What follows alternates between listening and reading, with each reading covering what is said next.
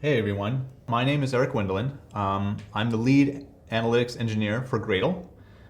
Today I'm going to spend about 45 minutes talking about preventing flaky tests from ruining your test suite. And after that, I'm going to take some questions. Now, if you suffer from flaky tests, you're not alone. Even Google has reported that they have a continual rate of 1.5% of all their test runs reporting a flaky result. Everyone is suffering from flaky tests. You're not alone. But there aren't really many good standard solutions for rectifying them that exist yet. Most everyone has their own in-house solutions. So today, I want to show you tools and techniques to help you avoid the wasted time and reduce confidence in your testing that arises from flaky tests. First, I'll show you methods to prevent unnecessary failed builds, but that won't be enough. So we'll look at tools we've developed at Gradle that help you proactively detect, prioritize, and then analyze and fix those flaky tests. First, I want to spend a little bit of time explaining why I believe that flaky tests are an area worth investing in. So I want to remind folks that a flaky test we define as a test that reports success and failure given the same execution environment, semantically the same. Now, obviously, flaky tests waste time directly by causing unnecessary build failures. It really saddens me to see generally excellent engineers and teams in rerun and suffer mode because their flaky tests often hold their CI changes hostage. Now, but less obvious is the degree to which flaky tests can poison your culture by reducing confidence in your test suite. You can imagine ignoring all those emails that you get from test failures that were obviously not your own. Even great engineers and teams are not immune to flaky tests if they're not tracked or fixed. By the way, this chart that you're seeing is one I made 4 years ago from Gradle's own release pipeline.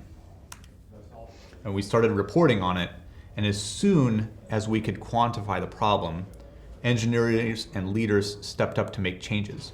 We instituted something called a Flaky Fix-It Day, where everyone went and fixed flaky tests.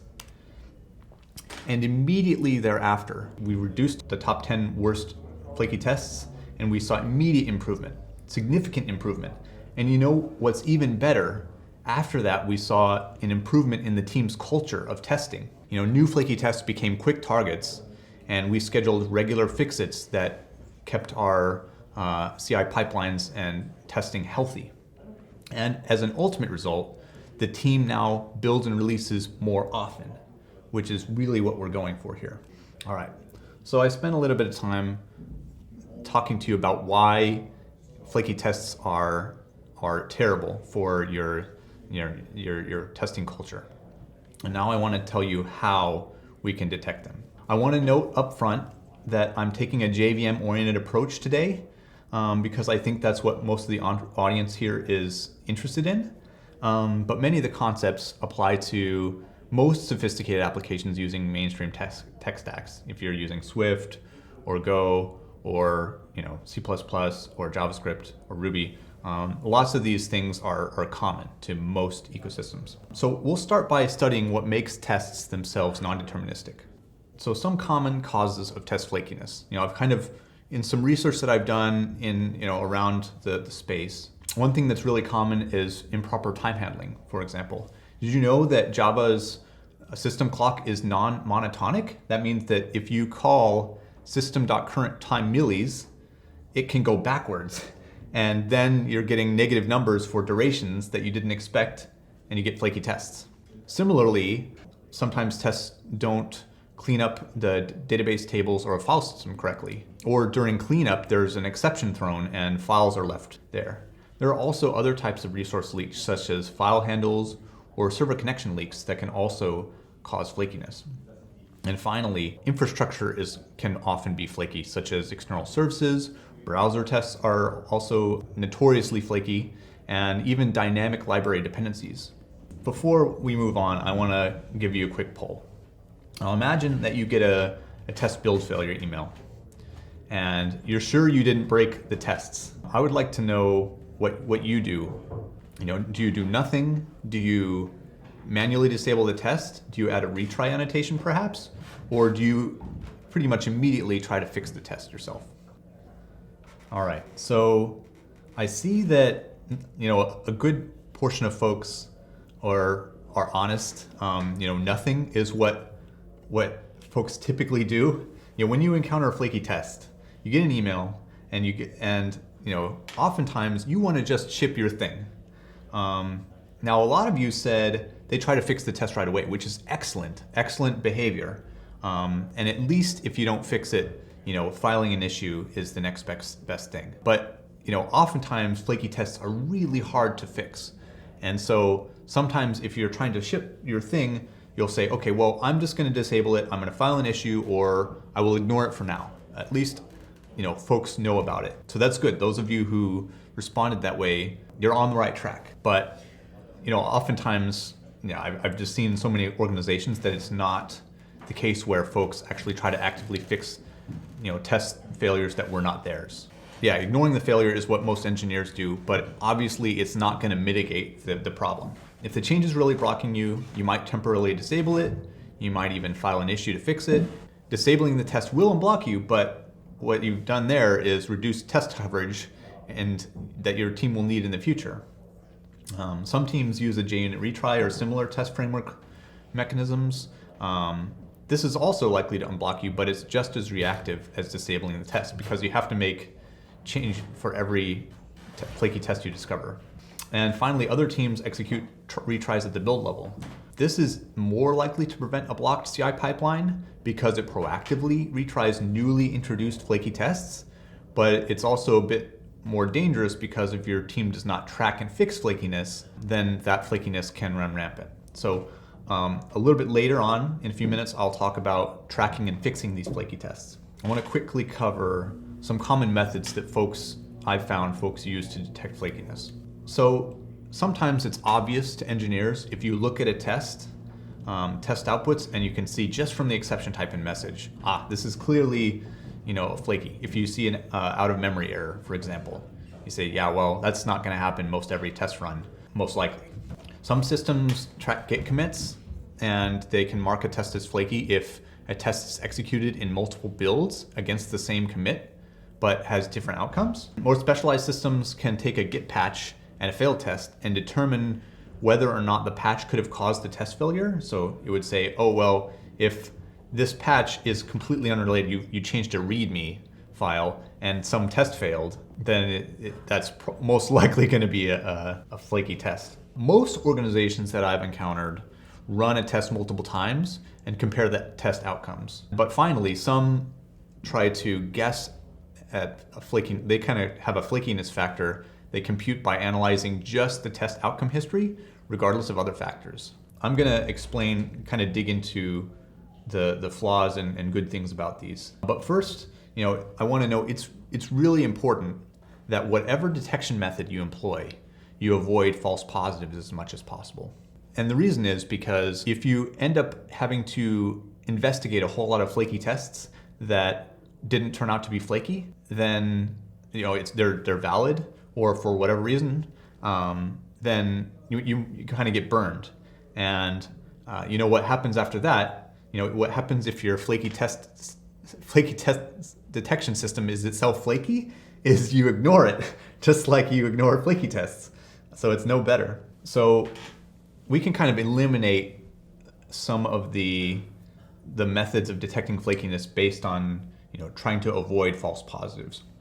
Now, first of all, we can eliminate, I think, analyzing test outcome history by itself, because it's just not reliable. If you don't know what changes are happening to the system, you're guaranteed to find cases where it's not going to work out.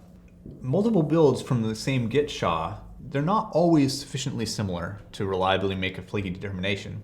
The reason is because machines themselves may have, if there's a bad disk or a bad network configuration, those are the source of flakiness. Not necessarily the test. The test just happens to be the thing that sounds the alarm.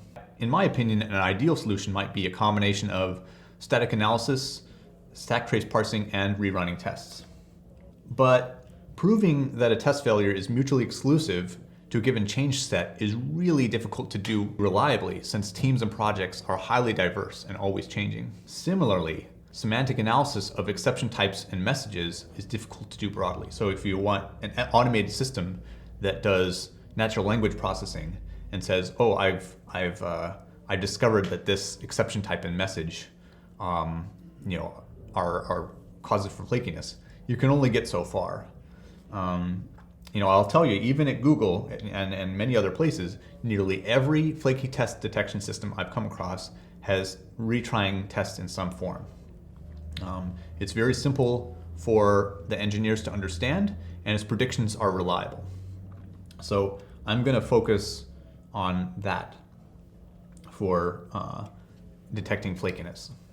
That's why I sort of advocate for that due to its simplicity.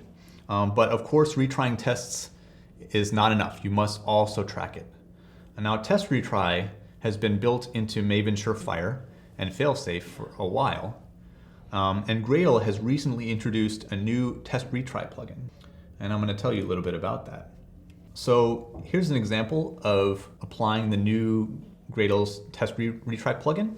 There are 3 especially neat things about it that I haven't seen many other places. The first thing is you have control over whether the build passes or fails after the flaky test is encountered. What this means is that you can detect flaky tests and not silently ignore them if you so choose. So I would recommend, if you adopt this, you start by saying, we're still sensitive to flaky tests, we just want to know how many flaky tests we have. So you set fail on passed after retry to true. You can disable the test retry after a discrete number of test failures. So you won't waste time if there's 42 test failures. There's obviously a major problem causing many tests to fail. For example, if the database just isn't running, you don't want to retry all those tests again. Finally, the tests are retried at a method level or finer. Other systems often collect just the test classes and rerun the whole classes. It's much faster to run individual methods, especially for tests with many methods. So the Gradle Test Retry plugin is an official new plugin from Gradle.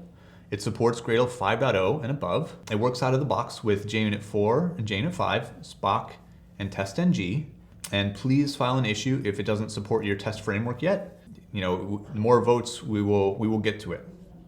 And there's a link there. Just go to github.com/Gradle/test-retry Gradle plugin, and there will be a link at the end. Reporting for flaky tests would be the next thing we need to tackle, because right now reporting for multiple test executions doesn't result in like a first-class flaky result yet. If you look at JUnit or Jenkins or the Gradle command line itself, it'll just show duplicate test executions because flaky test is not like a first-class outcome for almost all tools. So it's really difficult to capture and report this by yourself. And so while we, the Gradle team, work with other tools to make flaky tests a first-class concept, we've improved Gradle and Maven build scans to collate multiple executions of the same test and mark that test as flaky when there is at least one failed and one passed outcome. So you can see here, this is a picture of a build scan with the same test. You can see samples runner integration test, and it says running sample check on a remote service. The first execution failed, the second one passed, and so this test was marked as flaky. And of course, in build scans, you can also see things like the infrastructure that around the build, for like the JVM, the operating system, the memory, arguments, and so forth. And you can also get a sense of the dependencies. And by the way, this is free. You can, if you just add --scan for Gradle or the Maven extension, you can do this and it will report flaky tests today. All right, but test retry by itself is just a fancy way of ignoring tests, in my opinion. You also have to treat the underlying problems. You have to treat the root causes of flakiness. So that's what I'm going to go to now. All right, so let's move on to tracking and fixing flaky tests. Second and final poll. I'm curious to know, what data do you collect about your flaky tests currently? So do you have data on the tests? Do you have data on each test and also how many times they reported a flaky test, or do you not collect that data? The majority of folks said they don't collect data on flaky tests, which reflects my understanding of the ecosystem as a whole. Folks don't often understand how many flaky tests are really affecting them and how often. But this is really crucial for actually prioritizing it. Now I'm going to demonstrate to you how Gradle Enterprise will help you track and analyze flaky tests. So this is Gradle Enterprise. It allows you to collect and analyze persistent and shareable build scans for all Maven and Gradle builds, including local ones. With this data, you can drastically improve your build performance and reliability. I'm going to take a deep dive into the test analytics we've recently introduced and show you just how effective retry can be paired with analysis. So let's take a look at all build failures in the past 10 days for this 30,000 builds in an example team.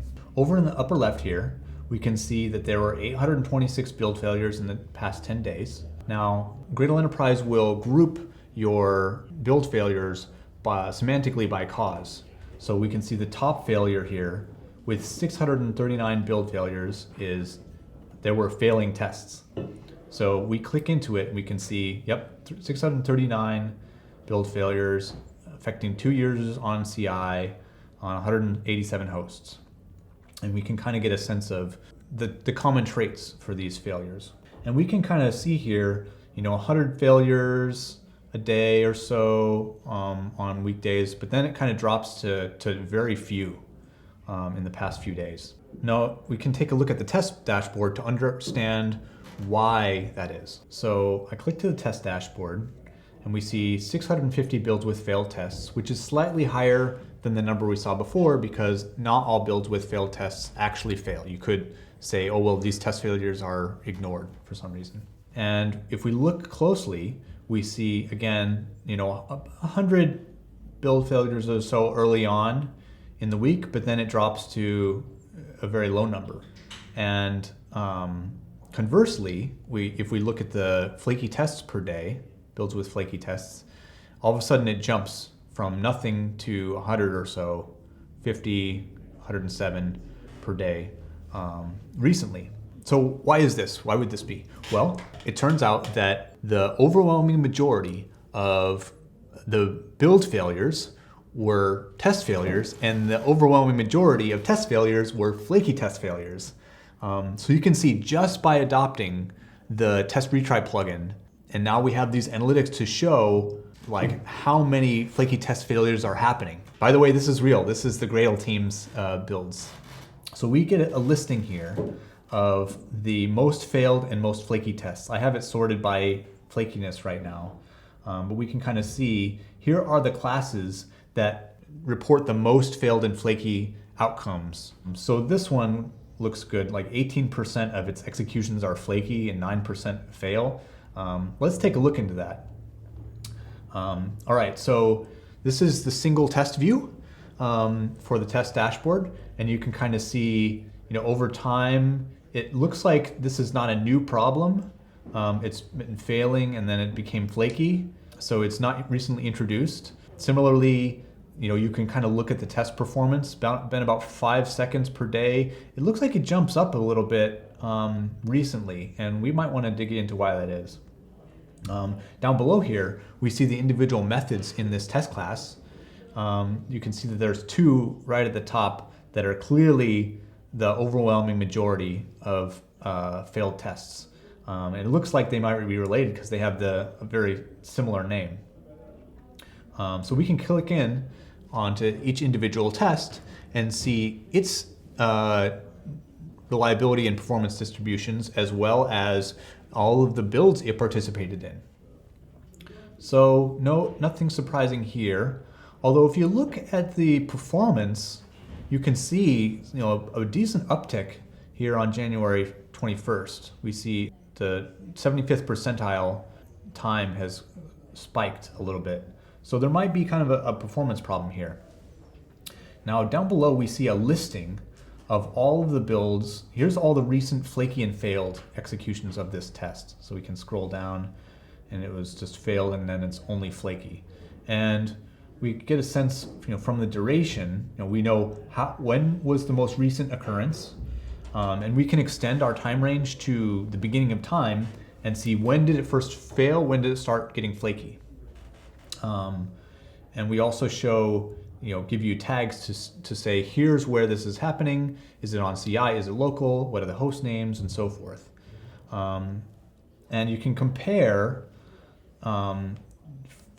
failed and flaky executions of this test across builds. So you can say, okay, well, you can take a look at this flaky execution took 1.36 minutes and the past execution took 2 seconds.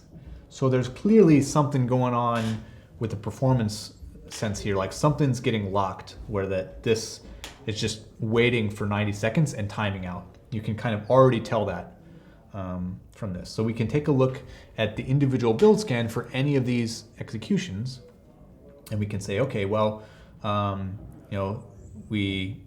we see that this had 2 executions. The first one failed and took 1 minute, and the second one passed and took 4 seconds. Okay, why did it fail? Wait timeout exception. Condition could not pass in 15 seconds. Okay, and then we can see in detail what caused the timeout through this. We'll go back, and maybe we can take a look at another flaky test execution and see, was that the same? Yep, looks like it's the same. So we can kind of see, like, there's something we can, from the group of these tests, we can kind of start to analyze the patterns inherent to this flakiness. You can kind of categorize it. Is this a resource leak, or is it something like test ordering, for example? One thing we can also do that's neat with this is that we can search for any set of tests that we want. Often tests in the same class or also in the same package, when they are failed or flaky, they're usually related. So we can kind of see, I've now told Gradle Enterprise, hey, I want to analyze all tests in this package. So if you have a package that you're responsible for, or you want to look at all browser tests, all performance tests, any arbitrary sort of logical grouping of tests, you can analyze them together and see, okay, well, they've gotten slower or faster over time, they've gotten flakier or failure over time, and then you can dig into each one and kind of see what's common between these failures across all these. Gives you kind of a view into your test that you just have not had before. Now we've kind of started to do the hard work. Now we've detected flaky tests. Now we want to fix them, and we can use build scans and build comparison to kind of investigate that flakiness. All right, I wish I had a silver bullet for you for actually fixing flaky tests, but I don't. But what I do have for you is some approaches to common causes, to fixing common causes of flakiness that I hope will inspire you when you are fixing flaky tests. Now, one common thing I've seen that I think is a really good idea is to quarantine unstable tests and run them separately. And you still want your flaky tests to run, but you don't want them to block your otherwise healthy CI pipelines. So here you can kind of see a Gradle script where you have your flaky tests listed one per line in flakytest.txt, and then you can exclude tests matching these patterns in your test tasks, but then you also register this quarantined test that has retry. This way you can easily quarantine tests using test filters using Gradle. And one of the advantages of this is that you can run a very small set of quarantine tests very, very often to more quickly detect when a test has stabilized. Now, if you encounter improper time handling, I mentioned before that current time millis is not monotonic.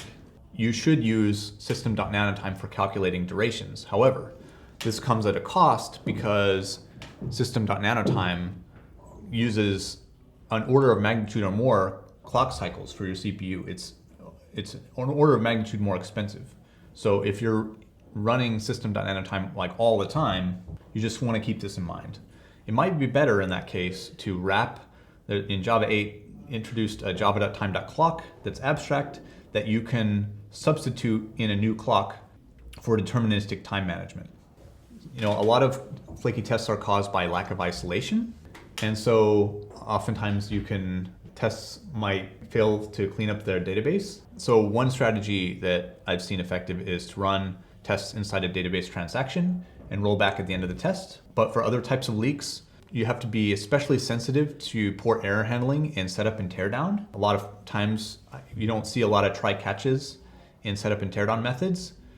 And in cases where you have like file handle leaks, having an in-memory file system might help you prevent those leaks, leaks such as lock files and things hanging around. If you encounter flaky infrastructure, you might consider running tests that integrate with external services separately, or consider a library like WireMock that will record and playback requests and responses. Now, of course, this is contentious because you want to ensure that this works in practice, and you want to ensure that this remote service, for example, the behavior hasn't changed. So you would have to update your WireMocks periodically. There's always trade-offs here. For dynamic library dependencies, I highly recommend that you adopt Gradle's dependency locking. That's been in Gradle 4.8, I think, and above. And this also has the benefit of making your builds reproducible. Performance tests is a type of test that we've found to be especially flaky here at Gradle. So we switched to a Mann-Whitney U-test with a high confidence value to avoid too much fluctuation so that we can be really confident that there is a regression. But at the same time, you still have to be aware of non-obvious differences between your test runs and instances. For example, I have a funny story. There was a time where we still had a lot of flakiness even after introducing this Mann-Whitney U-test. And after digging and digging, we analyzed the temperatures of CPUs on our test machines were too high, and they caused the CPU to down sample the cycles and cause flakiness in our performance tests when the computers got too hot. In summary, retrying your tests in the same exact environment is a simple and effective way to ease the direct pain caused by unnecessary build failures due to flaky tests. To ensure your stability and good culture around testing, though, you have to prioritize and fix those flaky tests. Gradle Enterprise will help you by collecting your test history across all builds, not just CI, and giving you peripheral analysis tools to understand how many flaky tests you have, how often each one is unstable, when they start becoming flaky, when they become stable, and so on. And you can also analyze common traits between flaky test runs, and also use build scan comparison to compare the differences between stable and failed runs. So I've written some blog posts here. You can reach them at blog.gradle.com. There's also a short link here for Gradle's test retry plugin. So if you'd like to learn more, check out these blog posts, or also, of course, you can submit your questions to me. But I hope you found this session inspiring and informative. I want to thank you for your time. And now I'll move to answering questions. Okay, so first question. Does the test retry plugin work on Android builds? Not on Android instrumented tests, for sure. So we're considering adding support there. We need to be working more closely with Google to make that happen. But I'll add your vote to that issue. It might be even better to, there's an issue on the Gradle GitHub board. If you can upvote that for Android build support for test retry plugin, that would be especially helpful. But the answer is really no, not yet. There's another question, does Gradle Enterprise require the use of the retry plugin in order to detect pass and fail difference? No. You can use any test retry plugin as basically any test retry mechanism. So JUnit retries will work, Maven's retry fail tests will work. Basically anything that runs a test multiple times in a single build and it has a pass and failed result will be marked as flaky in your build scans.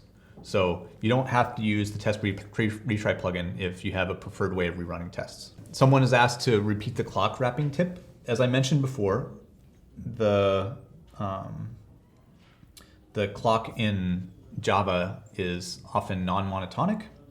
And so what you can do is, since java.time.clock is an abstract class, you can implement your own, or there are libraries that will allow you to manipulate time. So you can say, here, substitute this clock, and then you use the method. So there's specifically, when you set the system clock, then in your source code, you would say clock dot current time millis. Instead of system dot current time millis, you would use clock instance. Okay, so I have a question that asks, I'd like to be able to run an individual suspect test repeatedly to debug both test and product behavior. Does Gradle support running tests individually? Yes, so the Gradle has test filtering. You can look up Gradle's test filtering documentation. But in short, you can use Gradle -- tests with any test filter. So you could say Gradle -- tests com.example.mytest, and you can even add a single method filter as well. So the test retry plugin is just going to be for wrapping test tasks, but you can also run specific tests individually just using the -- test flags on the command line. I have another question that says, does this work with public build scans? So Flaky Test reporting does work with public build scans, but Gradle Enterprise is a hosted paid product. So you won't be able to get the prioritization or analysis. Another question, is the retry mechanism introduced here applicable to dynamic tests using that test factory in JUnit 5? I think the answer there is yes. I would suggest that you take a look at the docs, and it will tell you. But I'm pretty sure that like Spock's unroll and test factories and those dynamic tests are also included in test retry. The one caveat there is that if it can't determine the test, if there's parent tests, it will run, and it can't determine the dependency, it will run all tests that it thinks that are like in the class. It'll broaden the plugin will broaden the scope in order to make sure that it reruns all the tests. So those are dynamic tests are the only case where it will run possibly strictly more than necessary, but in order to make sure that the test is retried. So I'm pretty sure the answer is yes there, but check the docs. Someone asked, how on earth did you manage to find out that CPU temperature was the relevant factor in your test flakiness? Good question. Well, we've been having flakiness for a while, and for really good stable performance test infrastructure, you have to lock it down really well and use just the exact same instance type. Everything on all parameters for all hosts is like identical. And if you still encounter flakiness, we started just looking at the monitoring for the machines themselves, and an engineer just looking at like the network and all of these things across everything. They were able to correlate the CPU temperature to flakiness, to actually slower performance. So in a way, it was sort of happenstance, but it was also because we were measuring that stuff. You measure everything, including your flaky tests, is really like the lesson there. But yeah, it's pretty crazy. I have a question about how much the Gradle Enterprise costs. I would say it's about the cost of a typical enterprise IDE, but you should contact us, contact the sales team for a quote. What test frameworks are supported by the test retry plugin? Good question. JUnit 4, JUnit 5, Spock, and TestNG are currently supported out of the box. Others may work, others JVM-centric may work, but they're not tested. So for example, Scala test or spec, I'm not sure that it would support all features of spec, but like the nested tests, but it might. Yeah, that's a good question. If you try it out, please file an issue if you retry it, and if you try it and it doesn't work for your particular test framework. Does the test retry plugin integrate with TeamCity? It integrates with your Gradle build, which TeamCity will report, but TeamCity will not report, like it will just report duplicate test executions like everything else. So I would say the test retry plugin integrate directly with TeamCity. It just integrates with Gradle. And then TeamCity just reports on it just like everything else does. Yeah. I have a question about, does Gradle consider the current build or considers previous builds as well when detecting flaky tests? Currently,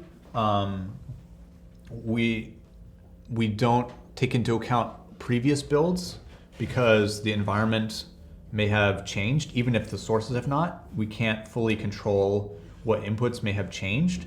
And so we've decided that since we can't reliably make a flaky determination if it's in a separate build or a previous build, we can't say whether it was flaky or not. So we're kind of opting for the strategy that we must know that this test is flaky because it reran in the same build for us to call it flaky. It's really important that that flaky determination is correct. And if a test fails consistently in the current build, it's not considered flaky, it's considered broken for that test. So if it fails twice or more when it's retried, it's considered broken. Another question, there are tests that are completely broken due to a recent commit. How do you distinguish between broken tests and flaky tests? It basically, if it's broken, it breaks twice, it fails twice, or however many times you've set to retry. And you could see on the test dashboard that we distinguish between failed and flaky, and you can sort failed or flaky tests separately, so you can kind of get a sense of which are the most unstable tests overall. So someone asked, will this plugin work with Android unit tests but not instrumentation tests? My understanding is that the Android Gradle plugin does not wrap Gradle's test task, which is crucial for detecting this. So I don't believe that, unless the unit tests are using one of the test frameworks like JUnit 4, JUnit 5, or Spock, or TestNG, I do not think we capture those yet. So again, I want to thank everyone for attending. I hope it was informative and inspiring. Anyone's welcome to email me, eric@gradle.com, your questions, and I'll do my best to answer you. And I look forward to seeing you out in the field. Hope you can squash those flaky tests.